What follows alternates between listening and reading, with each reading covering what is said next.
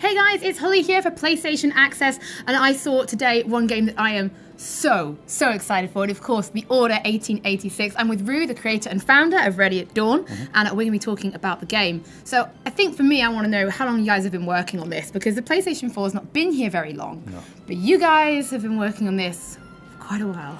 Yes, we have. We actually worked on this, and when we say we worked on this, we didn't work on a game at the beginning, we worked on an IP. It was more important for us to build a world that made sense for us before we started working on a game.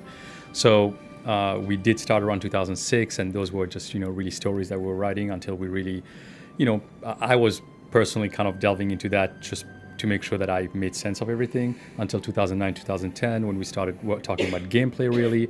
The two were disassociated. We were trying to find out what kind of gameplay we wanted to do, and from there we started melding, and I started bringing the IP back into the gameplay where it started making sense. And it was in 2011 that we signed with Sony and really started on the project. It was January 2011, so about 3 years ago.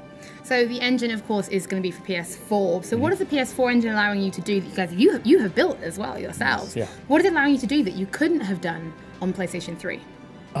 That's a really tricky question, because the more I see games coming on PS3 in the end of the cycle, you see amazing things being done on that platform. So definitely on a technical side, on the graphical side, there are things that we couldn't do. I mean, the thing for us that we really kind of held to was the fact that with the PS4, we're able to have this seamless transition between cinematics and gameplay and not lose anything at all between the two. More often than not, a lot of games have a tendency to do pre-rendered cinematics and move into gameplay. Suddenly, it's not really the same thing you see. It's close, but not quite there. For us, there is no disconnect between the two. What you see is what you get in both, and we showed the trailer at E3. We're showing more stuff right now, and it really is the same. Yeah. What I saw earlier on, when you move from cutscene into game, the whole room just went, because there was nothing. It just looked just as beautiful. Thank you. So let's talk about the Order then. Who are the Order, and what's happening in the world when the game is set? The Order are an ancient group of knights, actually, that very early on started protecting mankind, and they started protecting mankind from this struggle that's been going on for hundreds of years. Long time ago, more than a millennia ago, actually, the half-breeds, who are almost like a de-evolution of man, started appearing, and of course, as any species would do in nature, they fight for supremacy, they fight for survival, and that fight basically becomes a all-out war between humanity and the half-breeds. This goes on for hundreds of years until the knights step into play, and they become the protectors of humanity. And that fight keeps going, and the status quo starts building around the Middle Ages.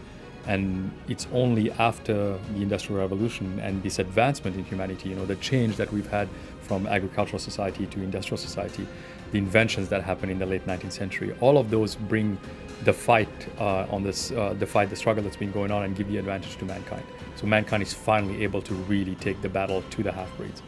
Now, the gameplay style we say is neo-Victorian, or not saying steampunk. So let's explain to what that means to you guys at Ready at Dawn, what neo-Victorian means, and how you have manipulated technologies as well to put them into the game, because we saw some amazing tech. Thank you. Yeah, it's been a lot of fun. Actually, to tell you the truth, that's been one of the funnest things to do. Is really building this world out of reality with that twist of fiction.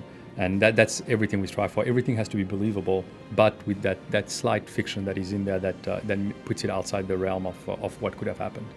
Neo-Victorian for us was really a way to coin a term that we needed for our world without calling it cyberpunk, steampunk, or anything like that, because all of those have already been defined so well. And there's some amazing games and movies being done in steampunk, in the steampunk genre. The problem for us is that we didn't want people to automatically assume steampunk was going to be what they've seen before. So we shied away from the term. There are some great things about it. But the reason why Neo-Victorian is there is because it's grounded in the Victorian reality, but it's New Victorian. So we try to stay truer to reality than most of these other genres would, where they steer more towards fantasy. And really, we did a lot of research. We did a lot of, reading and travel to London. We took a lot of reference to really build a London that would be believable, but to give enough stuff for people to dream about that they wouldn't expect. Now, the order that we've seen so far has been 4 main characters. How will this work for the player? Will you get to pick which character you are and follow their journey through, or will you switch between? In our game, actually, you'll be only able to play as Galahad. The reason why actually is that for our first game, and especially introducing an IP to the player, we did not want to dilute the message by basically having all these different storylines, having to meld into one single major story or major plot. For that reason, we stayed on Galahad. We tried to make Galahad the center point of everything that happened, but at the same time, there is a squad. There is a squad, and each of those characters have a big part to play in the whole storyline. What they bring to the story is not only that character traits, but also story twists that are going to keep on going throughout the game. But ultimately, it is Galahad that you want to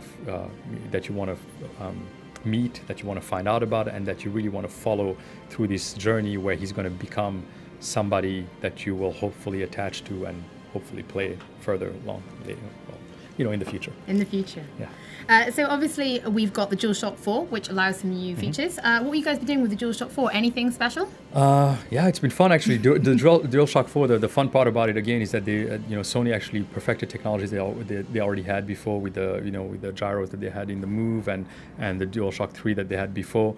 The gyro in the Move actually was really something that we played with a little bit, but then when we saw the DualShock 4, we realized that we could use it for multiple things. For example, in the game, we're using a few mechanics that would take advantage of the touchpad. We saw today in the gameplay demo there was the touchpad being used to basically send a Morse code. It was almost a natural thing. We didn't have to think twice about it and go okay, which button is it going to be on? It was, it's going to go on the main touchpad because it clicks and it feels like a Morse code. We're trying to leverage some of that, but the most important thing for us is always, the same drive that we have, that the immersion should be total. We don't want we don't want to force the player to do something that would take them away from the experience. So although there are a lot of things we could do, we're always going to rely on the fact that our first goal is always to the player, and the only person we need to satisfy is the player. And to make sure to do that, we need to also make sure that we don't impose design mechanics that that takes them out of the gameplay. Talk about seamless gameplay. When we were seeing the gameplay demo, it was very clear screen. There weren't loads of different HUDs all around the place. Is that a decision you guys have made on purpose to make things seamless? And how will people be able to command everything from there? Yeah, we did actually make it a strong driving factor to not have a big HUD. It's still something we're struggling with, to tell you the truth. It would be great to play a game, and some games do that so well with the HUD completely integrated. We wish we could, but again, that I think detaches you from the era as well. So we are trying to stay true to the era by doing the HUD in a way that it would be believable, almost something that you could find in drawings being done back then. And at the same time, minimize it so that the player is not always reminded of the fact that this is a game.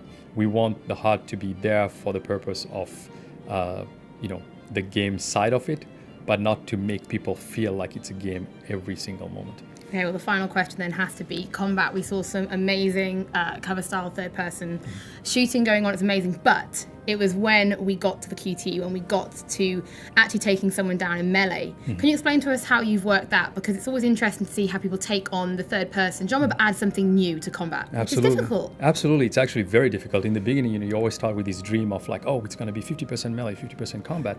It never is. It truly never is, because you're always going to have to rely on something a little bit more than the other to make sure that the core mechanics actually rely on something that is tried and true.